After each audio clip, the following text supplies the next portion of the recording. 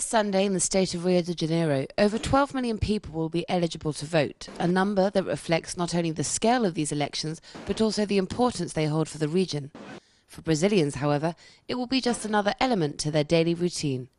On Sunday, we need to get up early. Well, I do anyway, because I need to go to work at the harbor. You need to get to the voting center roughly at the same time it opens, around 8 a.m.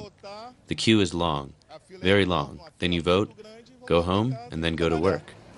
Aside from the presidential race, state governors are also in the running. Yet many in Rio worry their city may fall into the wrong hands. Today, the candidates for the governor post are not so good. Well, at least many people think that way. So we are worried about that. It will be roughly around 4 o'clock in the afternoon tomorrow on Sunday that we'll be receiving the first bulletin of results here in the Supreme Electoral Court of Rio de Janeiro. This is Stephanie Kennedy, teleSUR, Rio.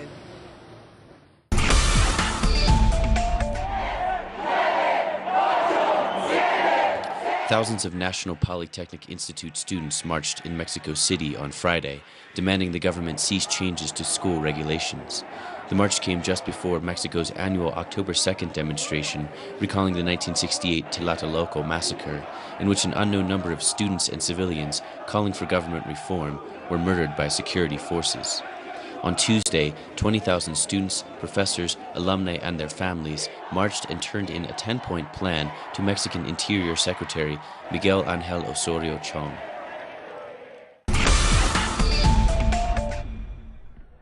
Kobani is the site of ongoing conflict this Saturday, as fighting between the self-proclaimed Islamic State group and Kurdish Peshmerga forces, the People's Protection Units, continues. On Saturday, 200 Turkish Kurds demonstrated in Kobani in solidarity with Syrian Kurds. Police fired tear gas to disperse the crowd.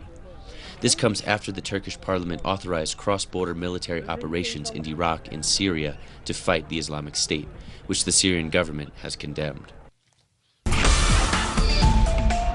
It was a double homicide which Venezuelan officials have described as cowardly, but also as rigorously planned and executed.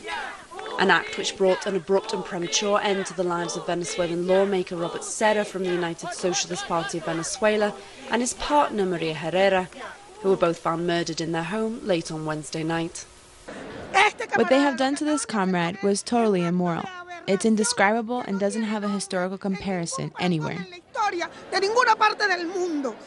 Emerging from the student activist ranks of the Bolivarian Revolution in 2007, Serra became the youngest politician to be elected to the National Assembly in the country's history.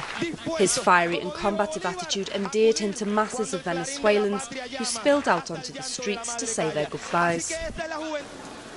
You won't believe me, but I jumped out of my bed when I turned on the television and I saw that news, that they had killed Robert. Tears were tempered with fists held high in defiance and demands for justice for the two comrades. Many stated that those who had carried out the murder had robbed the Venezuelan people of a potential future president. Maduro, total justice and an iron fist for those who killed Robert. The bodies of the two revolutionaries were brought through the crowded streets of Caracas to the country's National Assembly, where they are currently lying in state. Both are expected to be buried over the next few days. Venezuelan authorities have stated that they will not rest until the killers are brought to justice.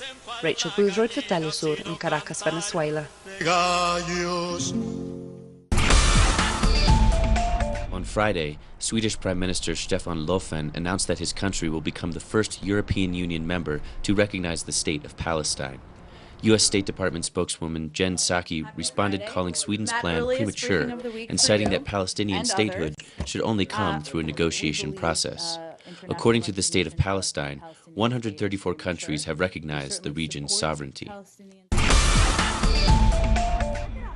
Residents of Mogadishu, Somalia are preparing for the Eid al-Adha celebrations that will take place this weekend. Also known as the Feast of Sacrifice, this holiday observes the willingness of the Prophet Ibrahim to sacrifice his only son, Ishmael. Muslims across the world also symbolically sacrifice an animal in an act called Qurbani. The festival is marked by giving away gifts, wearing new clothes, and visiting family and friends. Facts that have marked the course of history. productions designed in the English language and made for the English-speaking world. This is Documentary. Watch it on telesur.net/English. teleSUR, wherever the news, you'll be there.